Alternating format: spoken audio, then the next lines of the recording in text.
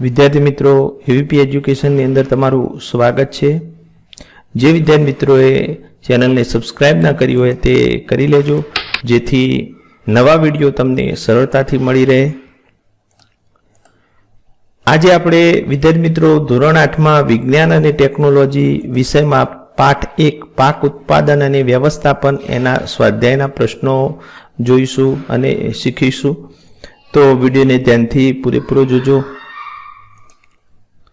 प्रश्न 1 योग्य शब्द पसंद करी खाली जग्यानी पूर्तता करो। एमां अहींया शब्दों आपेला छे, एमांथी आपणे शब्दों ने पसंद करवाना छे। पहली खाली जग्या आपेली छे कि एक स्थान पर एक ज प्रकारना मोटी मात्रामां उछेरवामां आवता छोडने खाली जग्या कहे छे। तो विद्यार्थी मित्रों, एवा छोडने पाक कहे छे। खेतरमां जे खेडूत वावे एने पाक कहेवाय। बीजा नंबरे पाक उगाड़ता के रोपता पहला प्रथम पगलू जमीननी खाली जग्या होय छे।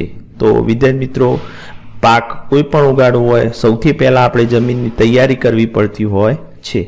तीजी खाली जग्या क्षतिग्रस्त बीज पाणीनी सपाटी पर खाली जग्या लागशे। तो विद्यार्थी मित्रों, क्षतिग्रस्त बीज जे होय ए पाणीनी सपाटी पर तरवा लागे छे। चौथुं, पाक उगाड़वा माटे पर्याप्त सूर्यनो प्रकाश तेमज जमीनमांथी खाली जग्या तथा खाली जग्या आवश्यक छे। तो पाणी तथा पोषक द्रव्यो जमीनमांथी आवश्यक छे, बरोबर। एना पछी प्रश्न 2 कॉलम ए मां आपेला शब्दों ने कॉलम बी मां आपेला शब्दों साथे जोड़ो। तो विद्यार्थी मित्रों, अहींया आपणे जोड़कू जोड़वानुं छे। अहींया आपणे कॉलम ए अने कॉलम बी आपेलुं छे जोड़कू। प्रथम खरीफ पाक, बरोबर, तो एना अंदर आवशे डांगर अने मकाई। बीजा नंबरे छे रवि पाक, तो एमां आवशे घઉં, चणा, वटाणा। त्रीजा नंबरे विद्यार्थी मित्रों रासायणिक खातर, तो आपणे जाणीए छीए रासायणिक खातर यूरिया अने सुपर फॉस्फेट छे। चौथा नंबरे छाणियुं खातर, तो विद्यार्थी मित्रों छाणियुं खातर ए प्राणी मळ, गायनुं छाण, मूत्र अने वनस्पतिनो नकामो कचरो ए छाणिया खातरमां आवे। एना पछी चालो आगळ जोईए। प्रश्न 3 नीचेना दरेकना बे उदाहरण आपो। तो अहींया आपणे आगळ जोडकामां आपणे जोयुं खरीफ पाक अने रवि पाकना उदाहरण एमां पण आव्या। तो अहींया चलो खरीफ पाकना उदाहरण आपणे जोईए। तो उदाहरण तरीके मगफળી अने डांगर। खरीफ पाक ए ચોમાસુ ઋતુની અંદર આપણે વાવતા હોઈએ છીએ અને રવિ પાક એ શિયાળાની અંદર આપણે વાવીએ છીએ। એમાં ઉદાહરણ તરીકે ઘઉં અને રાઈ આવે। एना पछी प्रश्न 4 नीचेना दरेक पर तमारा शब्दों में एक एक फकरो लखो। तो विद्यार्थी मित्रों, सौथी पहला आपणे भूमिने तैयार करवी एना विषे लखवानुं छे। पछी रोपणी, निंदामण अने थ्रेसिंग। तो प्रथम भूमिने तैयार करवी। तो कोईपण पाक उगाड़वो होय सौथी पहला आपणे जमीननी तैयारी करवी पड़े। तो पाक रोपता पहला भूमिने तैयार करवी ते प्रथम चरण छे। आ माटे जमीनने हळ वडे खेडवी पड़े छे। जमीन खेडवाथी पोची बने छे अने माटी ऊपर नीचे थाय छे। तेने लीधे पाकना मूळ ऊंडे सुधी जई शके छे। केम के जमीन विद्यार्थी मित्रों पोची थाय तो मूळ ऊंडे सुधी जई शके अने मूळने श्वसन करवामां सहाय मळे छे पोची होवाथी। वળી पोची माटी जमीनमांना अळसिया अने सूक्ष्मजीवोनी वृद्धिमां सहायक छे। पोची होय तो विद्यार्थी मित्रों अळसिया पण जमीनमां सारा होय। तेओ सेंद्रिय द्रव्यो जमीनमां उमेरे छे। खेतरमां माटीना ढेफा होय तो तेने समाननी मददथी भागीने नाना बनावी शकाय छे। वળી तेनाथी जमीन समथळ बने छे। समथळ जमीन वावणी अने सिंचाई माटे आवश्यक छे। કેટલીક વખત જમીનને ખેડતા પહેલા કુદરતી ખાતર પણ ઉમેરવામાં આવે છે। વળી જમીનમાં બીજ રોપતા પહેલા જમીનને પાણી આપવામાં આવે છે। આ રીતે તૈયાર કરેલી જમીન વાવણી માટે યોગ્ય બને છે। તો સૌથી પહેલા વિદ્યાર્થી મિત્રો પાક વાવવા માટે જમીનને તૈયાર કરવી પડે છે। બીજા નંબરે આપણે જોઈએ રોપણી। जमीन तैयार थया पछी विद्यार्थी मित्रों रोपणी पाक उत्पादननो सौथी महत्वनो तबक्को छे। એટલે કે આપણે જે પાક વાવવો હોય એના બીજ આપણે રોપીએ વાવીએ એને રોપણી કહેવાય। વાવણી પહેલા સારી ગુણવત્તાવાળા બીજની પસંદગી કરવામાં આવે છે। સારી ગુણવત્તાવાળા બીજ સ્વચ્છ અને તંદુરસ્ત હોય છે। ખેડૂત સારી ઉપજ પ્રાપ્ત કરવાવાળા બીજને પ્રાથમિકતા આપે છે. એટલે કે જો આપણે બીજ સારું લઈએ તો પાક સારો થાય છે. એટલા માટે આપણે જે બીજ પસંદ કરીએ એ સારા હોવા જોઈએ. પરંપરાગત રીતે બીજની વાવણી કરવા માટે વાપરવામાં આવતું ઓજાર ગળણી આકારનું હોય છે, તેને ઓરણી કહે છે. બીજને ગરણીની અંદર નાખવાથી તે ધારદાર અણીવાળા છેડાયુક્ત 2 કે 3 પાઇપમાંથી પસાર થાય છે. આ છેડાઓ માટીમાં ખૂંપીને ત્યાં બીજનું સ્થાપન કરે છે. આજના જમાનામાં ટ્રેક્ટર દ્વારા સંચાલિત વાવણિયાનો ઉપયોગ થાય છે, જેને આપણે સીડ ડ્રીલ કહીએ છીએ અંગ્રેજીમાં. તેના દ્વારા બીજમાં સમાન અંતરે અને ઊંડાઈ બની રહે છે. વળી બીજ માટીમાં ઢંકાયેલું રહે છે. સીડ ડ્રીલ દ્વારા રોપણી કરવાથી સમય અને મહેનત બંનેનો બચાવ થાય છે. તો આધુનિક સાધનોનો ઉપયોગ ખેતીમાં થાય તો સમયનો બચાવ થાય છે અને મહેનતનો પણ. એના પછી ત્રીજા નંબરે નિંદામણ. તો વિદ્યાર્થી મિત્રો, નિંદણને દૂર કરવાની ક્રિયાને નિંદામણ કહેવાય. કેમ કે ખેતરની અંદર પાક સિવાય અન્ય જે વનસ્પતિ ઉગી નીકળી હોય એને આપણે નિંદણ કહીએ છીએ. અને એને પાકથી દૂર કરવાની જે ક્રિયા છે એને નિંદામણ કહેવાય. નિંદણ દૂર કરવું આવશ્યક છે. ખેડૂત નિંદણને દૂર કરવા વિભિન્ન પદ્ધતિઓ અપનાવે છે. નિંદણ દૂર કરવા વપરાતું સાદું ઓજાર ખુરપી છે વિદ્યાર્થી મિત્રો.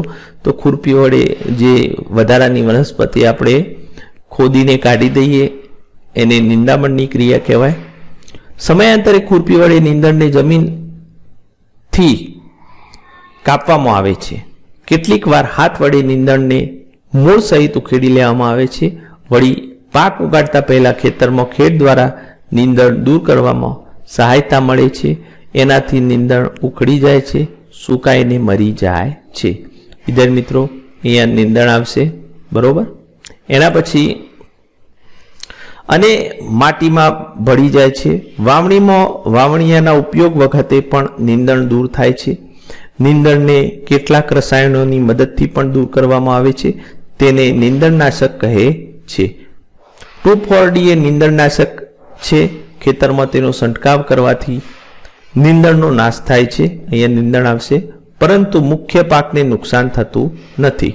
નિંદણનાશકને પાણીમાં યોગ્ય પ્રમાણમાં ભેળવીને સ્પ્રેની મદદથી ખેતરમાં છંટકાવ કરવામાં આવે છે. તો આ રીતે વિદ્યાર્થી મિત્રો નિંદણને દૂર કરવામાં આવે છે. એના પછી ચોથા નંબરે થ્રેશિંગ. પાક જ્યારે પૂર્ણ પરિપક્વ થઈ જાય ત્યારે તેની કાપણી, એને લણણી પણ કહેવામાં આવે છે. એટલે કે કાપણી કરવામાં આવે છે. કાપવામાં આવેલ પાકમાં બીજ કે દાણા કણસલામાં હોય છે. કણસલામાંથી દાણા છૂટા પાડવાની ક્રિયાને થ્રેશિંગ કહે છે. આ માટેનું યાંત્રિક સાધન થ્રેશર છે. વળી લણણી કરવાનું હાર્વેસ્ટર અને થ્રેશર બંનેનું સંયુક્ત સ્વરૂપ કમ્બાઈન મશીન છે. તેના દ્વારા લણણી કરી શકાય છે અને દાણા પણ છૂટા પાડી શકાય છે.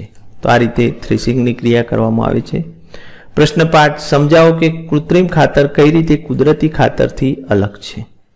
અહીંયા આપણે કૃત્રિમ ખાતર અને કુદરતી ખાતર બંને એકબીજાથી અલગ છે એ સમજાવવાનું છે. તો વિદ્યાર્થી મિત્રો, કૃત્રિમ ખાતર એ કુદરતી ખાતરથી નીચેની રીતે અલગ છે. પહેલું, કૃત્રિમ ખાતર રાસાયણિક પદાર્થો છે. કુદરતી ખાતર એ સેન્દ્રિય પદાર્થો છે. તો બંને વચ્ચે શું તફાવત છે એ જ અહીંયા લખવાનું છે. તે કાર્બનિક પદાર્થોમાંથી બને છે કુદરતી ખાતર વિદ્યાર્થી મિત્રો. અને બીજા નંબરે કૃત્રિમ ખાતરનું નિર્માણ કારખાનામાં થાય છે. કારખાની અંદર વિવિધ રસાયણો ભેગા કરીને કૃત્રિમ ખાતર બનાવવામાં આવે છે, જ્યારે કુદરતી ખાતર ખેતરમાં કે ઘર આંગણે બનાવી શકાય છે. ત્રીજું, કૃત્રિમ ખાતરથી જમીનને સેન્દ્રિય પદાર્થો પ્રાપ્ત થતા નથી, જ્યારે કુદરતી ખાતરથી જમીનને ભરપૂર માત્રામાં સેન્દ્રિય પદાર્થો પ્રાપ્ત થાય છે. ચોથા નંબરે, કૃત્રિમ ખાતર જમીનનું બંધારણ બગાડે છે. તે રાસાયણિક પદાર્થો હોવાથી જળ પ્રદૂષણ અને ભૂમિ પ્રદૂષણ કરે છે, જ્યારે કુદરતી ખાતર જમીનનું બંધારણ સુધારે છે. વિદ્યાર્થી મિત્રો, કૃત્રિમ ખાતરની અંદર કેમિકલ એટલે કે રસાયણનો ઉપયોગ થાય છે, જે લાંબા ગાળે જમીનને બગાડે છે. બરોબર. એના પછી 5મું, કૃત્રિમ ખાતરના રાસાયણિક પદાર્થો પાણીમાં દ્રાવ્ય હોવાથી પાકને પોષક તત્વો તરત જ અસર કરે છે અને પરિણામે જલ્દી વપરાઈ જાય છે. પરિણામે કૃત્રિમ ખાતર દર વર્ષે નાખવા પડે છે. જ્યારે કુદરતી ખાતર પાણીમાં અલ્પદ્રાવ્ય છે તે એકવાર નાખ્યા પછી 2-3 વર્ષ સુધી તેના પોષક તત્વો જમીનમાં રહેતા હોય છે. આથી કુદરતી ખાતર દર વર્ષે નાખવું પડતું નથી. ઓકે, તો આ રીતે વિદ્યાર્થી મિત્રો કુદરતી ખાતર અને કૃત્રિમ ખાતર એકબીજાથી અલગ પડે છે. એના પછી પ્રશ્ન 6, સિંચાઈ એટલે શું? પાણી બચાવતી સિંચાઈની 2 પદ્ધતિઓનું વર્ણન કરો. આપણે વર્ણન કરવાનું છે. તો વિદ્યાર્થી મિત્રો એનો જવાબ છે સમયાંતરે ખેતરમાં પાકને પાણી પૂરું પાડવાની ક્રિયાને સિંચાઈ કહે છે.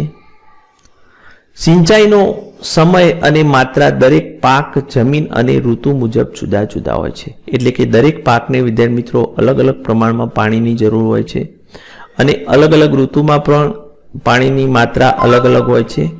સિંચાઈની પરંપરાગત રીતોમાં પાણી વધુ પ્રમાણમાં વપરાય છે તેમજ કેટલો વ્યય પણ થાય છે. અહીંયા કેટલો વ્યય થાય છે. આધુનિક સિંચાઈ પદ્ધતિઓ વડે પાણીનો બચાવ કરી શકાય છે. એટલે કે અહીંયા ફુવારા પદ્ધતિ છે, ટપક સિંચાઈ પદ્ધતિ છે, એ 2 પદ્ધતિઓ ખૂબ જ આધુનિક છે. એનાથી પાણીનો બચાવ કરી શકાય છે. તો પાણી બચાવતી સિંચાઈની 2 પદ્ધતિઓ ફુવારા પદ્ધતિ અને ટપક પદ્ધતિ. વિદ્યાર્થી મિત્રો ફુવારા પદ્ધતિ તો અહીંયા પાણીનો કરકસરપૂર્વક ઉપયોગ કરવા આ પદ્ધતિ વપરાય છે. તેનો ઉપયોગ અસમતલ ભૂમિમાં સિંચાઈ કરવા થાય છે અને ફુવારા પદ્ધતિમાં ખેતરમાં મુખ્ય પાઇપ સાથે બીજી નાની પાઇપો જોડી થોડા અંતરે ફુવારા જોડવામાં આવે છે અને ઊંચી ટાંકી અથવા પંપ દ્વારા મુખ્ય પાઇપમાં દબાણ પૂર્વક પાણી પસાર કરવામાં આવે છે જેથી ફુવારા મારફતે વરસાદની જેમ પાણી પાકને મળી રહે છે અને પાણી દ્વારા પોષક તત્વો તેમજ જંતુનાશકોનો છંટકાવ પણ આ પદ્ધતિથી કરી શકાય છે. આ પદ્ધતિથી માનવ શ્રમની તેમજ પાણીની બચત થઈ શકે છે. તે રેતાળ જમીન માટે ખૂબ ઉપયોગી છે. તો આ રીતે વિદ્યાર્થી મિત્રો ફુવારા પદ્ધતિનો ઉપયોગ થાય છે. 2 નંબર ટપક પદ્ધતિ.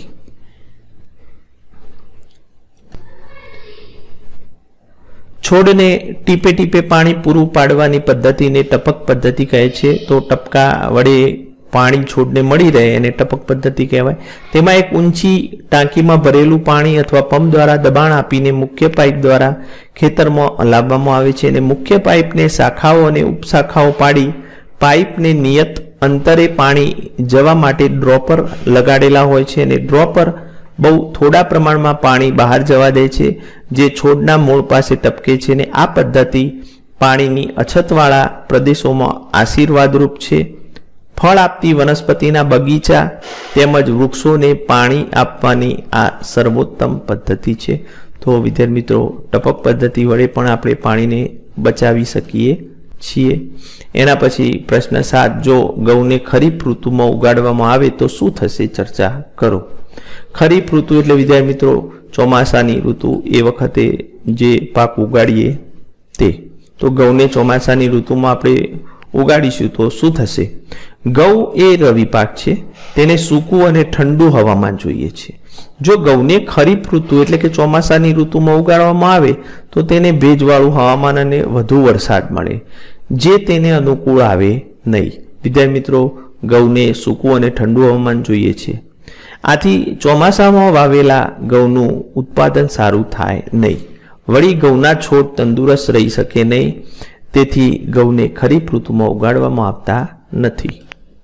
એના પછી પ્રશ્ન 8, ખેતરમાં સતત પાક ઉગાડવાના લીધે જમીન પર કઈ અસર જણાશે? સમજાવો.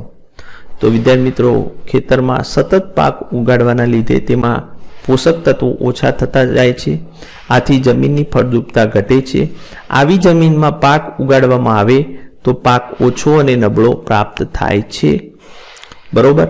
તો એટલા માટે વિદ્યાર્થી મિત્રો સતત એકના એક પાક આપણે કોઈ પણ જમીનમાં ઉગાડવો જોઈએ નહીં.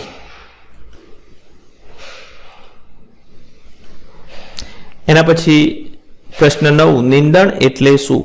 આપણે તેનું નિયંત્રણ કેવી રીતે કરી શકીએ છીએ? તો વિદ્યાર્થી મિત્રો એનો જવાબ છે ખેતરમાં કેટલાક બિનજરૂરી છોડ કુદરતી રીતે પાકની સાથે ઉગી નીકળે છે. આવા બિનજરૂરી છોડને નિંદણ કહે છે અને નિંદણને દૂર કરવાની ક્રિયાને નિંદામણ કહે છે. હવે એને નિયંત્રણ કેવી રીતે કરી શકીએ? તો વિદ્યાર્થી મિત્રો એને દૂર કરવું જરૂરી છે. એના પર નિયંત્રણ કરવું જરૂરી છે. ખુરપી સાધન વડે નીંદણ દૂર કરવામાં આવે છે. સૌથી સરળ સાધન છે ખુરપી. વળી જમીન ખેડતી વખતે હળ ફેરવવાથી નીંદણ નાશ પામે છે. તેમજ વાવણી વખતે વાવણીયા દ્વારા પણ નીંદણ દૂર થાય છે. નીંદણ દૂર કરવા 2,4-D રસાયણનો ઉપયોગ કરવામાં આવે છે. તેનો છંટકાવ નીંદણ પર કરવાથી નીંદણ નાશ પામે છે અને મુખ્ય પાકને નુકસાન થતું નથી. તો આ રીતે નીંદણ દૂર કરવામાં આવે છે. એના પછી વિદ્યાર્થી મિત્રો પ્રશ્ન 10, નીચે આપેલ બોક્સને યોગ્ય ક્રમમાં ગોઠવો જેથી શેરડીના ઉત્પાદન માટેનું રેખાચિત્ર તૈયાર થઈ જાય. તો અહીંયા વિદ્યાર્થી મિત્રો આ બોક્સ આપેલા છે એને યોગ્ય ક્રમમાં ગોઠવવાના છે જેથી શેરડીના ઉત્પાદનનું રેખાચિત્ર તૈયાર થઈ જાય. તો એનો જવાબ અહીંયા આપેલો છે. તો અહીંયા 1, 2, 3, 4, 5, 6 ને 7 બોક્સ આપેલા છે. એને આપણે ક્રમમાં ગોઠવાય તો સૌથી પહેલા જમીન તૈયાર કરવી આવશે, પછી ખેતરને ખેડવું, એના પછી રોપણી આવશે, એના પછી ખાતર આપવું, બરોબર, સિંચાઈ, લણણી અને પાકને ખાંડના કારખાનામાં મોકલવું. તો આ રીતે આવશે. એના પછી પ્રશ્ન 11, નીચે આપેલા સંકેતોની મદદથી આપેલો શબ્દ કોયડો તેના અંગ્રેજી નામ વડે પૂર્ણ કરો. તો વિદ્યાર્થી મિત્રો અહીંયા જુદા જુદા શબ્દો આપેલા છે. સ્ટોરેજ, ક્રોપ, ગ્રામ, હાર્વેસ્ટર, બરોબર. તો અહીંયા ઊભી ચાવી અને આડી ચાવી આપેલી છે. એની મદદથી આપણે અહીંયા જવાબ પૂરવાના છે. તો પાકને પાણી આપવું, ઊભી ચાવી 1, તો એને કહેવાય ઇરિગેશન, બરોબર.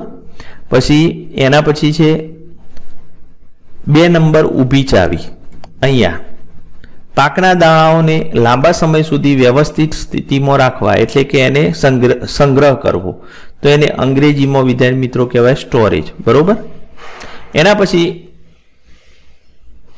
5મું વનસ્પતિ કે જેને મોટા પાયે ઉછેરવામાં આવે છે, ઊભી ચાવી. તો 5મું એને પાક કહેવાય અને પાકને અંગ્રેજીમાં ક્રોપ કહેવાય, બરોબર. એના પછી આડી ચાવી વિદ્યાર્થી મિત્રો મશીન કે જે પરિપક્વ પાકને કાપણી માટે વપરાય છે. 3જા નંબરે આડી ચાવી તો હાર્વેસ્ટર છે જે. 4થું રવિ પાક કે જે એક કઠોળ છે વિદ્યાર્થી મિત્રો, તો અહીંયા 4થા નંબરે આડું, અહીંયા ગ્રામ, બરોબર. એના પછી 6થું ભૂસામાંથી દાણાઓને છૂટા પાડવાની પદ્ધતિ, તો એને કહેવાય વિનોઇંગ, બરોબર. તો આ રીતે વિદ્યાર્થી મિત્રો આપણે સ્વાધ્યાયનું સોલ્યુશન કરવાનું છે.